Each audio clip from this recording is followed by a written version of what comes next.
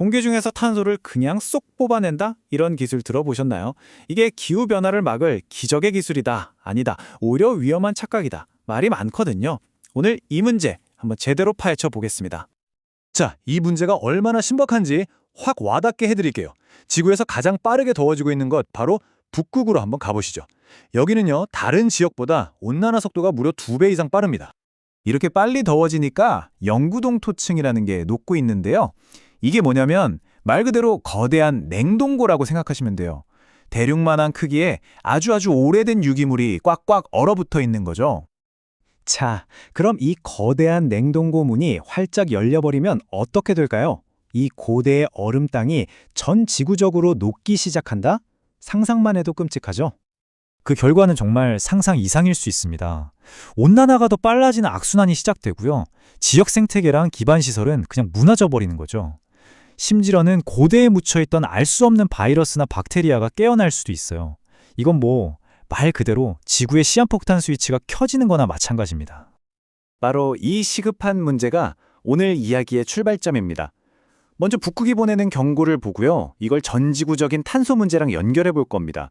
그리고 나서 해결책으로 제시된 기술은 뭔지, 이게 정말 만능인지에 대한 치열한 논쟁, 마지막으로 우리가 어떤 미래를 선택해야 할지까지 쭉 훑어보겠습니다. 자, 그럼 본격적으로 시작해 볼까요?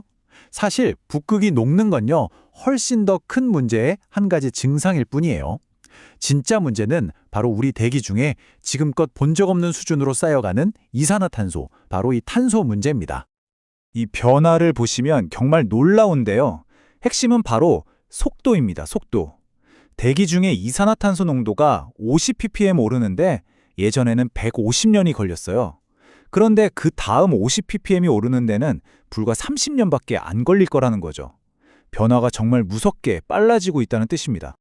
이렇게 위기가 점점 더 빠르게 다가오니까 과학자들이랑 공학자들이 이대로는 안 되겠다. 직접 개입하는 기술을 개발하기 시작했어요. 이걸 다 묶어서 CCUS라고 부릅니다. CCU, 이게 좀 복잡해 보이지만 크게 두 갈래로 나눌 수 있어요. 하나는 CCS, 이건 탄소를 잡아서 땅속에 버리는 개념에 가깝고요.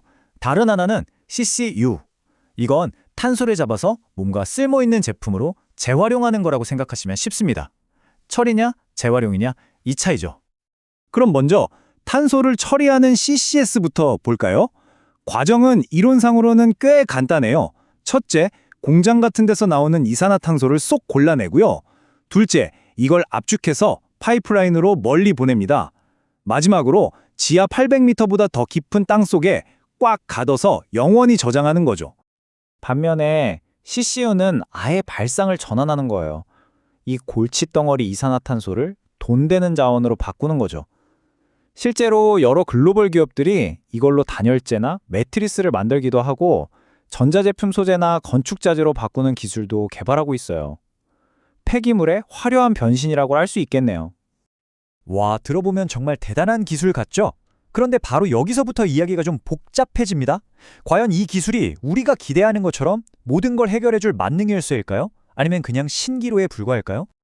이 기술을 지지하는 쪽에서는 보통 이런 데이터를 보여줍니다. 예를 들어 캐나다에 있는 쉘의 퀘스트 공장은 자기네 시설에서 나오는 이산화탄소의 80%를 잡아낼 수 있다고 주장해요. 80%면 정말 대단한 수치죠. 하지만 말이죠.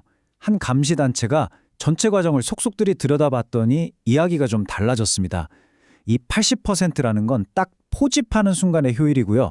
이 시설을 돌리는 데 들어가는 에너지까지 다 계산해 보니까 실제 줄어든 온실가스는 전체 배출량의 39%, 절반도 채 안 됐다는 거예요.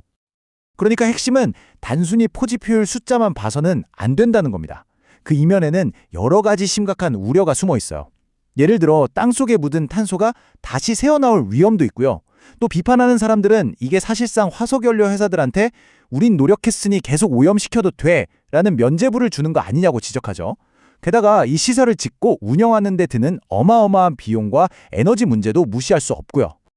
자, 이렇게 들어보시니 어떻습니까? CCUS가 그냥 짠 하고 나타나서 모든 걸 해결해줄 마법 같은 기술은 아니라는 게 분명해 보이죠.